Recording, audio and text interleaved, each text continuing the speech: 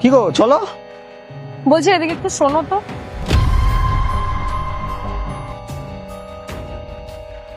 হ্যাঁ বলো। আমি না কারোর সাথে ফিজিক্যাল রিলেশনশিপে আছি।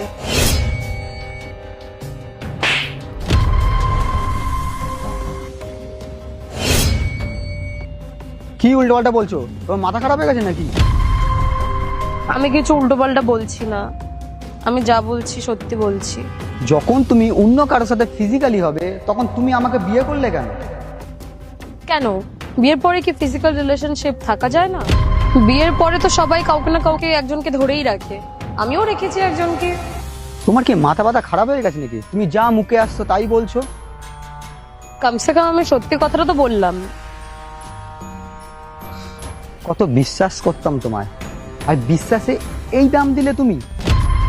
বিশ্বাস বিশ্বাস আমি তো তোমাকেও করতাম, কিন্তু তুমি তো এসব করে বেড়াচ্ছ। আমি আবার কি করলাম পরিষ্কার বলবে? আর বলারই বা বাকি কি আছে? এইসব জানার পরেও তোমার সাথে আমি সম্পর্ক রাখবো?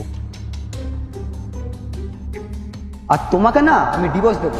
ডিভোর্সের পেপারটা বাড়িতে পাঠিয়ে দেবো, সাইন করে দিও। ডিভোর্স? ডিভোর্স কেন? আমি তো শুধু কারোর সাথে ফিজিক্যাল রিলেশনশিপই রেখেছি,